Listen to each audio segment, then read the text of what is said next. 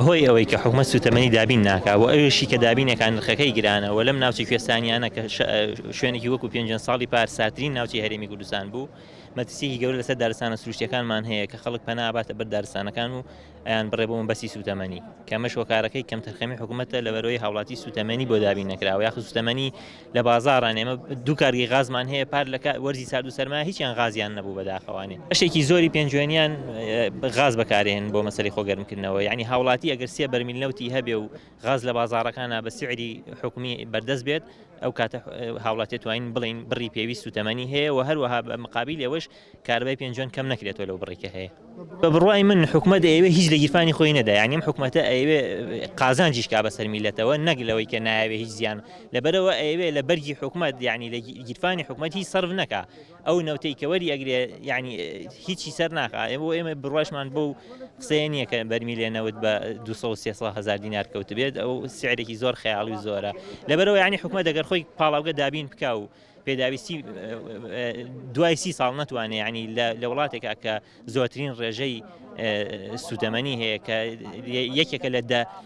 دەوڵاتەکەی کە گازی سروشتی یەدەکی گازی سروشتی زۆرە بەداخەوانێ یعنی بۆ هاوڵاتی نییە ئەم بەرهەمانەی کە هەیە و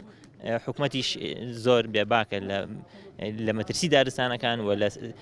ئەو سارد و سەرمایکرد ناوچە کوێستانیەکانە هەیە من پەیامێکم بۆ وەزیری سامانە سروشتیەکان تەحەدایەکم لە چ شوێنێکی ئەم سەرگۆی زەویە بەرمیلێ نەوت بە $200 کە ئێمە ژێرخانەکەشمان بەحری نەوتە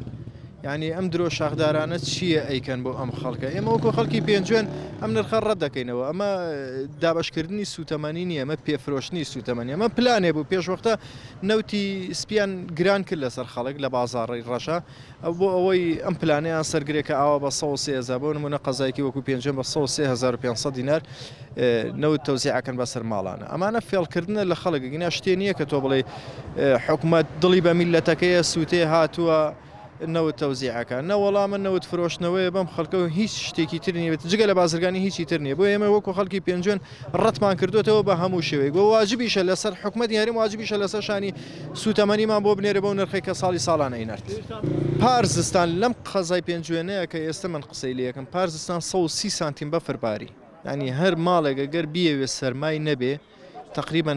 لانی کەم 2 بۆ 3 بەرمیل نەوتێوێت ئێمە 1 بەرمیلیشمانێنێ بەرمیلەکەش پڕنیە 200 لیترە 200 لیترەکەش پار بە 5 ساڵانی کە 50 کەمتر بوو پار کردیان بە 50 ئەوام ساڵکردیانە بە 130,000 من خۆم ئاگادارم یعنی خەڵکێکی زۆر ڕووی کردوتە بڕینەوەی دارەکان یعنی بڕوا دەبێ ئیسا جاران ئۆڕاڵێت دار لە دەوری حدودی 250 بۆ 300,000 بوو ئیسا چۆتە 700,000 دینار تێگەی هەر سیرکە هەر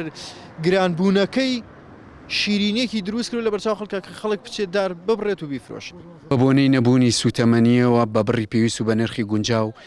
دارستانە سروشتیەکانی قەزای پێنجوێن کە دارستانێکی چڕ و جوانی هەیە ڕوبەڕووی مەترسی لە ناوچوون و بڕینەوە بن چونکە ئەگەر حکومەت سوتەمەنی بە بڕێکی زۆر و بە نرخێکی گونجاو دابین نەکات ئەوە خەڵکی ناچارن پەنا بەنە بەر بڕینەوەی داری دارستانەکان کە لە کاتێکدا دەبوو حکومەت هەموو جهودی خستاتە گەڕ بۆ ئەوەی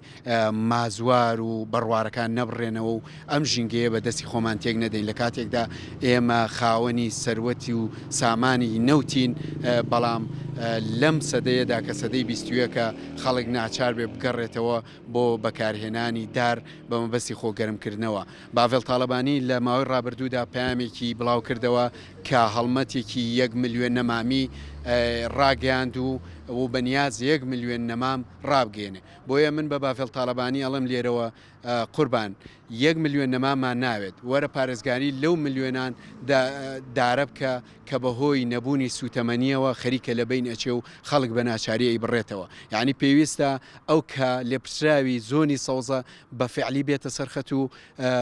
بڕی پێویستی سوتەمەنی و بە نرخێکی گونجاو لە ڕێگەی ئەوە لە ڕێگەی پشتگیری و داواکاریەوە دابین کرێ بۆ ئەم ناوچەیە کە ناوچەیەکی کوێستانیە و ناوچەیەکی سارد